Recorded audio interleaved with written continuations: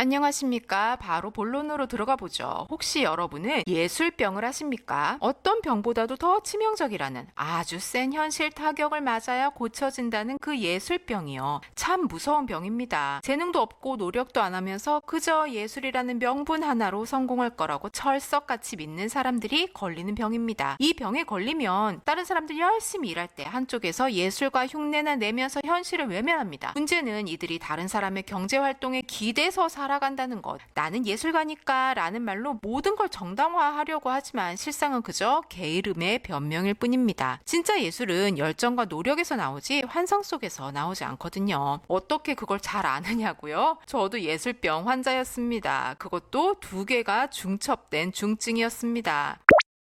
한때는 음대의 언니였거든요. 그러니 일단 음악 쪽 예술병이 있었겠죠. 세부 전공은 피아노였습니다. 그렇게까지 피아노를 잘 치지 않는다는 거는 이미 알고 있었어요. 그러면 거기서 끝나야 하는데 이게 작곡으로 넘어갔단 말입니다. 작곡으로는 뭐가 될 줄 알았어요. 황당하게도. 서울시 지원으로 마을 사업을 한 적이 있습니다. 그 사업을 하면서 작곡을 했거든요. 근데 마을 사업을 하면 기본으로 나오는 돈이 있어요. 마을 사업에서 공연을 한다고 했으니 진짜 공연을 했고요. 거기서 작곡을 했으니까 저는 진짜로 작곡가가 된 줄 알았습니다. 그런데 그렇게 지원받아서 하는 공연은 실제 필드에 나가면 먹히지 않을 수도 있거든요. 제가 작곡으로 뭘 하고 싶다 했으면 서울시 사업이 아닌 필드에서 부딪혀야 하는데 그럴 용기는 없었어요. 그래놓고 막 대학교 부설 교육원까지 다녔습니다.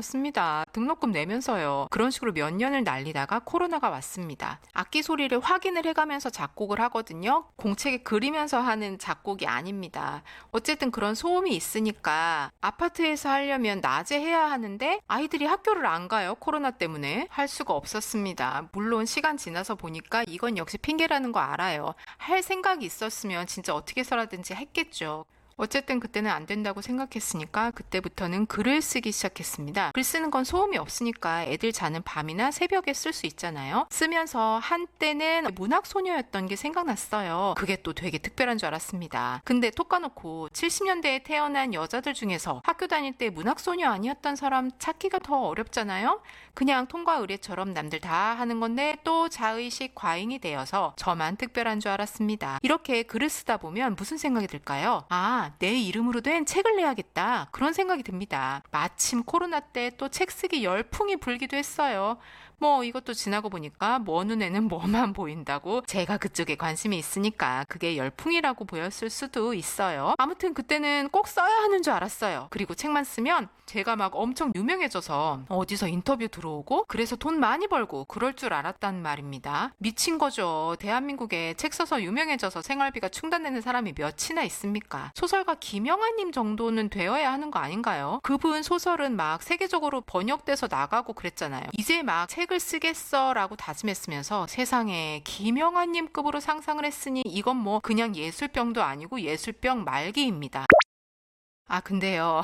아무도 모르시겠지만 이 채널을 통해서 요새 책 리뷰를 하고 있거든요. 오늘 영상에서도 책이 나오긴 합니다. 이렇게 중증 예술병 걸린 아줌마가 쓴 비운의 책입니다. 예술병은 세게 왔지만 한가닥 양심은 있었나 봐요. 한쪽은 김영하를 상상하면서 한쪽은 안 팔릴 경우 출판사가 본전도 못 찾으면 어쩌지 하는 마음이 계속 있었단 말입니다. 자존심이 있어서 자비 출판은 안 하거든요. 요새는 자비 출판이 많아요. 출판 비용을 저자의 자비로 부담하는 형태입니다. 이 꼴에 또 자존심은 있어서 이게 또 저는 싫더라고요. 그냥 모든 출판 비용은 출판사가 부담하고 저는 인세만 받고 싶었습니다. 이런 기획 출판을 하고 싶으면서도 출판사에 손해가 되면 안 되겠다라는 막연한 생각이 있었어요. 이러다가 어느 문화재단에서 공모전을 하는 소식을 들었습니다. 공모전에서 당선되면 재단 지원금으로 출판사에 출판 비용을 주거든요. 혹시 책이 팔리지 않는다고 해도 출판사 손해는 아니잖아요. 그래서 여기에 도전을 했고 어쩌다 보니 붙었고 책까지 나왔습니다. 공모전에 붙어서 나온 책이니까 막 유명해져서 잘 팔릴 줄 알았지만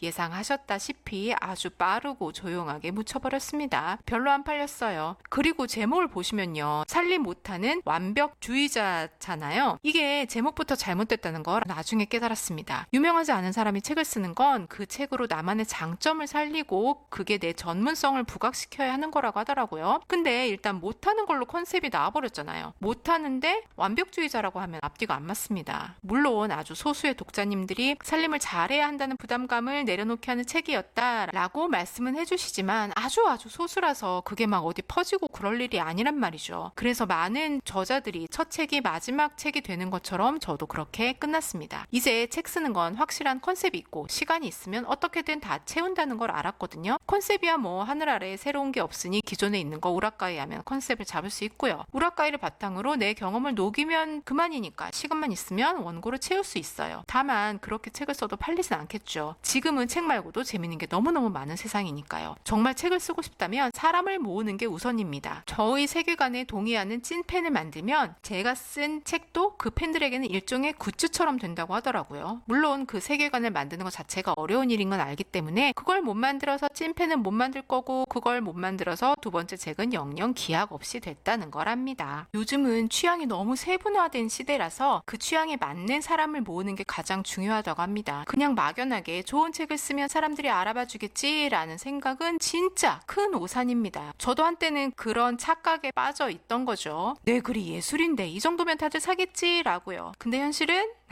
아무도 안 사더라고요. 식구 중에서도 우리 엄마밖에 안 봤던 것 같습니다. 그때 깨달았죠. 사람을 모으지 않으면 무엇을 팔 기대도 하면 안 된다는 걸요. 이거는 마치 맛있는 음식 만들었으니 사람들이 알아서 식당 찾아오겠지. 하지만 간판도 없고 홍보도 없고 위치도 애매한데 누가 오겠어요. 결국 나 혼자 쓴 책은 진짜 나만을 위한 굿즈가 되어버렸습니다. 이제는 사람을 모으는 게 먼저다. 그리고 그게 안 되면 그냥 마음 편히 취미로만 해야겠다는 것을 합니다. 이렇게 좀 현타를 맞고 나니까 예술병도 저절로 고쳐지더라고요. 이 불치병을 다행히 치료한 결과 그래서도 작곡에서도 대단하지 않다는 걸 이제는 너무 잘 알고요. 이곳에 돈 쓰려는 생각 절대로 안 합니다. 대신 돈 주는 글은 써요. 오마이뉴스 시민기자로 하면 기사별로 원고료가 아주 조금 들어오거든요.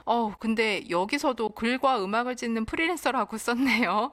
아직 예술병 완치가 아닌가 봅니다. 어쨌든 예술병이 심할 때는 집안 살림하는 게 너무 우울했는데 지금은 살림을 먼저 합니다. 심할 때는 막 아니 글 써야 하는 손이 설거지 따위를 하고 있다니 이런 말도 안 되는 소리를 했거든요. 이제는 돈을 못 벌면 살림이라도 열심히 하자의 모드가 되었습니다. 물론 열심히 한다고 잘하지는 않아요. 살림이 열심히 한다고 막 잘할 수 있는 단계는 아니더라고요.